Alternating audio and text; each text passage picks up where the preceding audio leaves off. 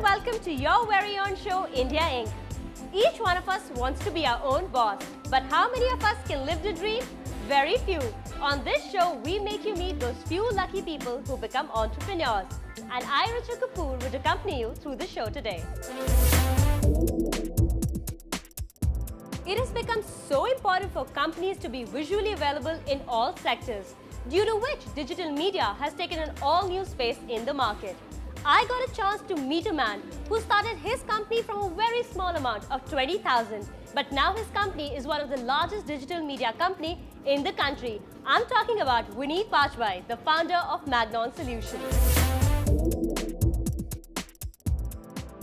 Owning a company is hard, but what is harder is getting your digital visibility in front of your customers. Nowadays, companies need to be available on mobile sites and applications. They need to do web hosts and so on and so forth, so many things. That is why digital media marketing is getting so popular. Imagine you get all of this under one roof. That is why I'm here at Magnon Solution and I'm going to meet the founder of Magnon Solution, Vineet Bajpai. Welcome to the show, Vineet. Thank you very much. So we've heard so much about you. You started your life from a generator room and making it so big in your life. Tell us something about your childhood. Well, I think it's almost embarrassing every time anybody interacts with us. They always start with the generator room, but yes, you're right. We started many years ago from the literal guts and glory entrepreneurial garage. So this was a small 7-foot by 8-foot room on the terrace of a building, and with 2 rented computers and all that. So that was the beginning. But it's been very exciting, and I think it's been a decade now. And it's been a fantastic journey so far. So you come from a family of business, or you came from a professional background? I am from an absolutely non-entrepreneurial family. My father retired from the Indian Air Force, and not just my father. Anywhere in the whole family, there is nobody who ever did business. And it was at the age of 22 that I decided that I needed to do something on my own and do something which actually creates value rather than just being part of it. And that's how it started. But no, absolutely, there was no entrepreneurial or business background of any sort.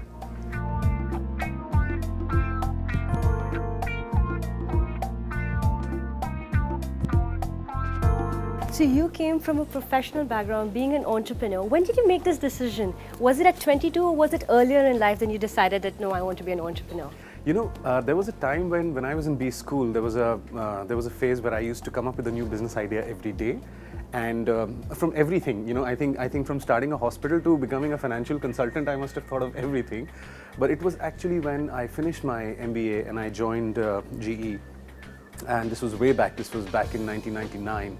And of course, GE was a fantastic experience, and my first job in a multinational, and that too a fantastic organization like GE. So it was fabulous learning. There was a lot of concepts of international best practices, of teamwork, leadership, initiatives. Fantastic learning in GE. But along with that fantastic learning, what also dawned upon me was that it was such a mammoth organization that I used to feel like I've described in one of my books, I feel like a small ball bearing in an iron steel plant, so even if you're taken away, nobody really notices you and nothing happens. So while it was very exciting, it was fantastic learning, like I said, but it was during my stint with GE that I realized that I wanted to step out and I wanted to do something of my own. So stepping out and doing something of your own requires money. So where did you get your seed money for this, for starting up yourself?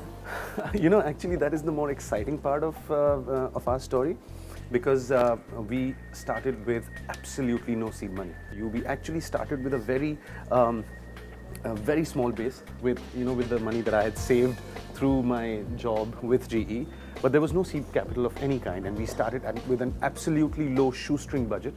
And from then to now, we've, it's been a business which has grown on its own revenue accruals. So how did Magnon Solution happen? Where does this come to? Magnon was, there is a saying I read in a fantastic book which said that it's on the graveyards of failed industries that palaces of entrepreneurship are built, So Magnon was started precisely at the end of, or at a time when the big .com crash happened. So what is the selling factor of your company? The idea is that to understand the USP, there is a little bit of understanding of the industry which is required and what is happening in the digital media industry today, not just in India but worldwide, is there are vertical specialists which are being created. So you will have a company which, especially in a country like the United States, you will have a company which is very good in email marketing, but that's all they do. They are doctors of that trade, but that's all they do. You will have companies which are fantastic in search engine optimization, or you would have companies which are fabulous in graphic and creative designing for the internet. However, as the years have passed, what we have realized is that it is not going to be possible for digital agencies to work as mere specialists, simply because when a client comes and entrusts you with creating a digital campaign for his entire business, his or her entire business, they're not looking at just one splinter, just one aspect. They want a comprehensive, integrated solution. The USP of Magnon is we are a one-stop shop, a single window, comprehensive digital solutions provider.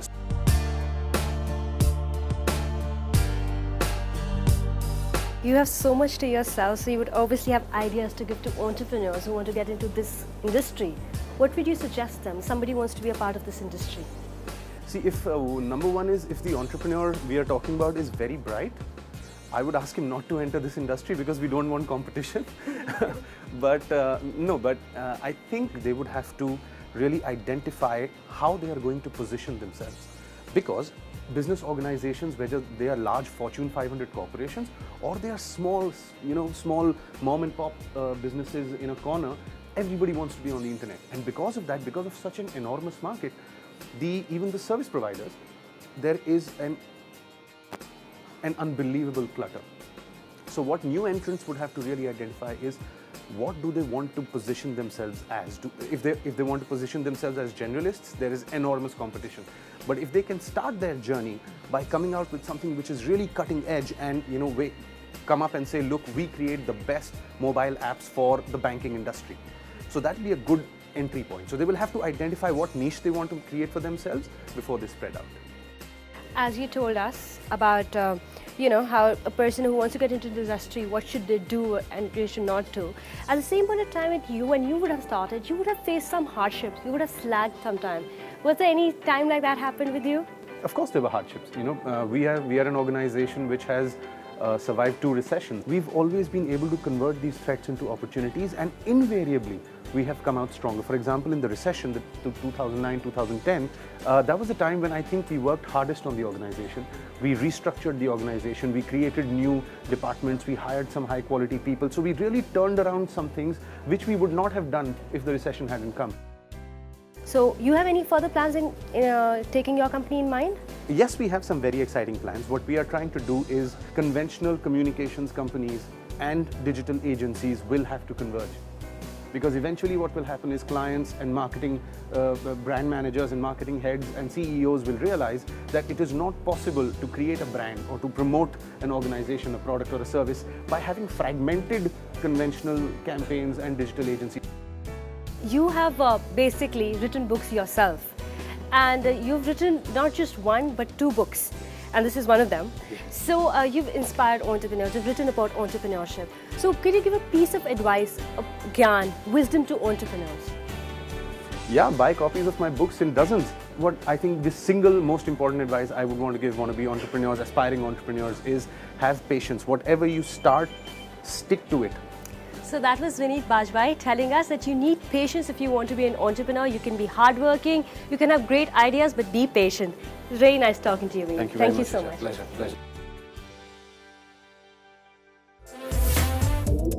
It was a lot of knowledge coming from a man who knows how to be and to become an entrepreneur.